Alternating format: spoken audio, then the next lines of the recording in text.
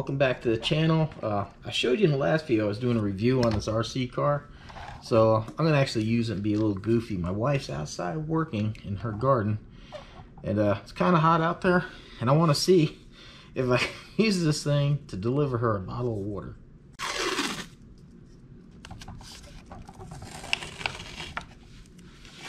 Really not sure how this is gonna go. This painter's tape I think is kind of old.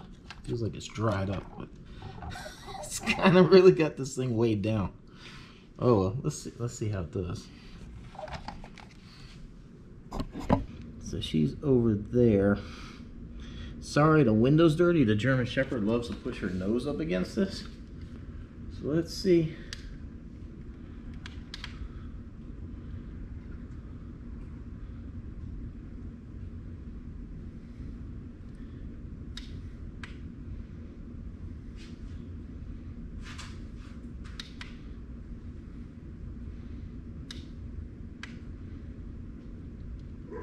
Took my RC car.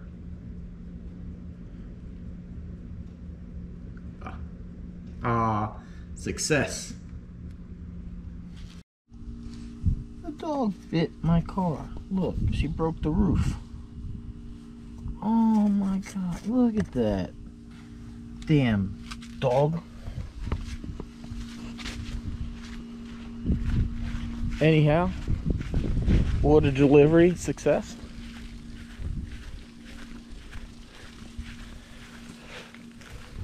Let me show you what the RV pulled out yesterday. Do you see the size of this thing? Do you see the size? Like, I don't know if you guys know, these bricks are about like a foot a piece or so. Look at the size of this thing. Man, that thing weighs a freaking ton. The RV just pulled it right on out. Go ahead. These two right here, this big thing, I said it's hard to really appreciate the size of these things. And we had two more over here, which she knocked all the dirt off of. But alright, good news, Brian just sent me another tune, so let's go ahead and get that loaded, go for a drive. Alright, while I'm erasing and programming the chip and loading the new tune, I kind of wanted to ask everybody's thought about this. I was thinking about maybe like once a week going out and doing a drive, and we could talk about, I could go over some of the comments that I get, things about the channel, plans for the future, stuff like that. So tell me what you think. Because to me it's kind of like a double-edged thing. I'm not sure. I know some people enjoy more action, more interaction. They don't want so much talking, but people also... I remember doing this a while back, and people said they'd rather see the car in motion and it going. I guess maybe that's why like channels like Stang Mode did really good, because he did a lot of that. He was always in the car talking. He was never stationary in a place. So I don't know. Let me know what you think about that. But I want to talk about this one comment I got yesterday. Guys asked me how did I meet my Russian wife, and basically one of my Russian videos. And I just pictured the guy's face. I told him the truth. I'm like, I met her here in America. She was already a citizen. So I said I didn't go out try to find a Russian woman. He said he wanted to meet somebody non-American, which to me, I really think if you have in your mind set up you want to meet a woman from a particular region because you think that they're programmed different, I think you're setting yourself up for failure. That's just my opinion. I just don't see, but I should have told him. I was like, be careful what you wish for. Watch my videos. You guys have been around though. My wife is she's not delicate, to say the least. She's not she's very open-minded in her thoughts, and she's got no problem putting her foot down. She's very independent. Yeah, that's what I want to say. Very independent woman. That's what I love about her. I mean, you gotta love somebody that came here, learned the language on their own, went through school, earned their degree, bought a house, all that, earned a citizenship on their own, didn't marry into anything. But I don't know, for some reason people seem to think like, oh, you get a woman from some other areas and they'll be like they'll cook and they'll clean and they're loyal and all that. I mean, yeah, she's loyal, but she ain't. I mean, we share cooking and cleaning and all that stuff. She's definitely not an easy. I don't know, it's just funny. You guys know our interactions. She's definitely no pushover. All right, so we got the tune loaded in the chip. Let's go for a little drive. All right, with that, we are live. We're data logging. Start it, see what happens.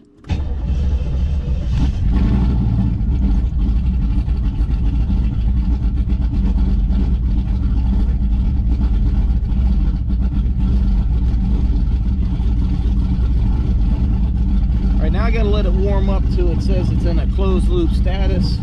I actually got my GoPro on the back bumper. There was a video I've been wanting to do, the difference of the exhaust. So initially I did it when it was stock, and then when I did the Borla, the cat back, I put that on, and then I did a video, and then I was gonna do the video with the headers and the cat back.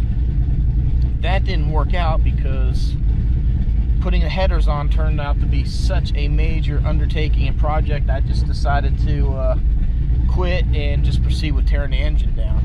And then we've had problems getting this thing running since, so I've never finished it. Man, my ear's still.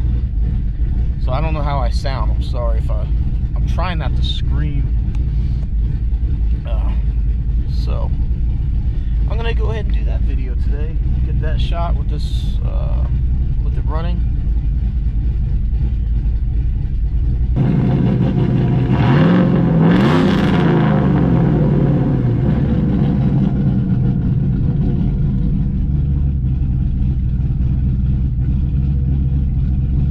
He wants me to leave the air conditioning off so we can test some stuff out. It's like 90 something degrees. It's hot. I think I'll probably do a video on this like later on somewhere down the road about what it's like to be married to like a foreign woman. To me, you know, like I never set out to find a Russian or a foreign woman. We met and we hit it off. But I will say, you know, some of the, you know, how do I want to say, like differences are not so much things you would think of. It's just kind of simple things like sayings and slogans, you know, break a leg, God, like I can't even think of a lot of them. You know, it makes no sense to somebody like her that never grew up around here. Like, maybe I'll make a joke, like if the car runs out of gas and I'll go, oh man, we have to Fred Flintstone it. We know what we're talking about. Like, we'll understand, you know, because Fred Flintstone is feet under the car. She wouldn't get it. She didn't grow up with that. Or maybe I see this dude that's like 10 foot tall and I'll be like, oh God, Herman Munster. She would have no idea. So just things like that. She doesn't really know about a lot of like the older TV shows. And okay, forgot we gotta let this thing idle in gear. So I mean, sometimes when I spit out like a saying, like a catchphrase, something that we're used to, she doesn't understand it. But other than that, man, you gotta, if you don't love the woman for who they are, you never, it don't matter what country they're from. So there's love talk. Oh man, let's go drive this thing. Oh, I'm so happy this car is like. Oh, that's something I wanted to mention too. I know I've had people mention about getting like a self-learning computer and doing my own programming and all these other things. Like, guys, I am not a tuner. Mechanically, I know my way around an engine and a car, but I don't know tuning. This is why I pay Brian to go do all this. Let me roll this up. You know I'm gonna roast. Yeah, that's why I pay him to write the tunes, to look over the data logs, because he saw in the last drive, or the drive before, is why he wants me to keep it under 4,000. We're working on different stuff. He says the car was leaning out, which is important, which is why I said before I wasn't doing very hard and long full throttles, because you could run into that condition. If you run the motor lean,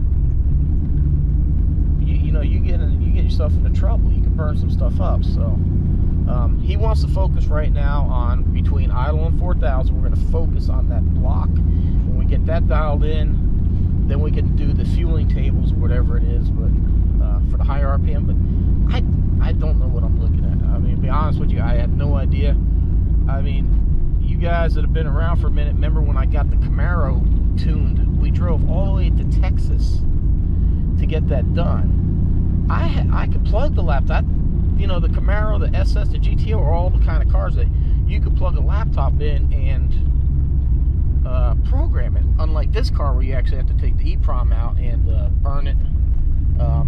Those cars, I can tune it with a laptop. I choose not to because I love my engines and I don't want to blow them up. So it might sound easy. Hey, throw it in this computer. It's all self-learning. Gerard Travasi, I believe his might be self-learning. He's got a Holley fuel injection system with this intake on his car. Beautiful IROC, man. Him and his wife both have the Z28s. They're gorgeous cars. His wife looks just like my first one. It's a black 92. He's got a blue one. But, dude, I'm sorry. I'm thinking yours was the IROC, the blue one. But, you know, he's got that system. He still has a tuner working on his. And like I said, I think his is self-learning, but it still pays to have somebody with the knowledge up here to look and make sure. Like, my car would have never learned anything because I had, like, the TPS sensor was out of range, so. Oh, man. I tell you what, she feels good. Like, right there coming out of 1500, between, like, 12 and 1500, it used to just be like, but it's doing good, man. It's doing good. Slow little tweaking. Alright, I got the AC on. Feels amazing. To me, this is about as big as hills I could find in Florida. So I try to slow down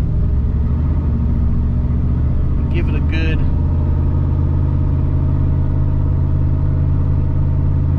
And it feels fine, man. It feels absolutely not missing. It's not sputtering. Just giving it light gas so it stays in overdrive. We'll just pull this hill. Man, I tell you guys, man, she's running great, man. She's running great. Hopefully our friend from Chicago, oh man, Chicago's finest moment. He should be coming through in about a week. Take the car out, let him see it. Get you a response to what a viewer thinks of the car when they see it in person. See if it lives and sounds like to the hype. Maybe I'll run into Billy Idol too. If he's out and about in the area, he's gonna hit me up. Go meet. Maybe we'll take this car out. I feel confident driving this car now. I feel totally confident going anywhere. I've gone up and down this road already. I've already burned up almost a tank of gas and I haven't had any problem with the car, so I feel confident driving it. A little.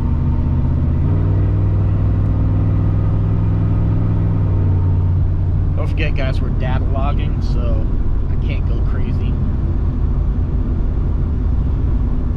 Alright, I'm gonna put this down and enjoy my little drive. Alright, I got the next tune loaded in. You can hear it, man. It sounded great. Sounded good. Brian's really getting this dialed in, even though this cam and the stock converter's being a real pain in the rear.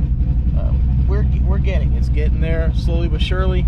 This time now he wants me to take the car up to like 3,000, 3,500 RPM and try different RPMs instead of just cruising. So that's what we're gonna go ahead and do.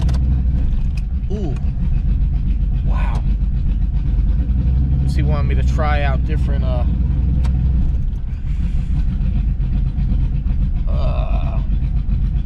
RPM. Yeah, that torque converter's locked. Holy crap.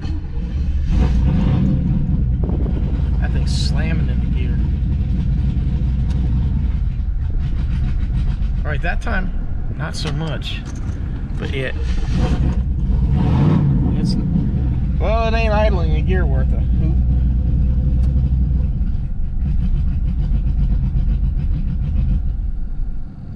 Alright, I'm just gonna have to tell him it won't stay in gear. Alright, let's go for a drive. Hey, I need you to do me a favor. Facebook, Instagram, or YouTube, either one, please go to Kelsey's channel. It's 74 Gear. 74 Gear, like landing gear on a plane. Just tell him, leave a message there. Take L to the W flying. Please. It mean a lot to me. All right, everyone, we're going to go ahead and wrap up the video there, man. She's doing good. You know, a little glitch in the idle. We're just changing things up. It shows that he's doing, in fact, little magic behind the scenes. That when he writes the tunes, every time the car is changing. We went to what's called an open loop the past couple of times.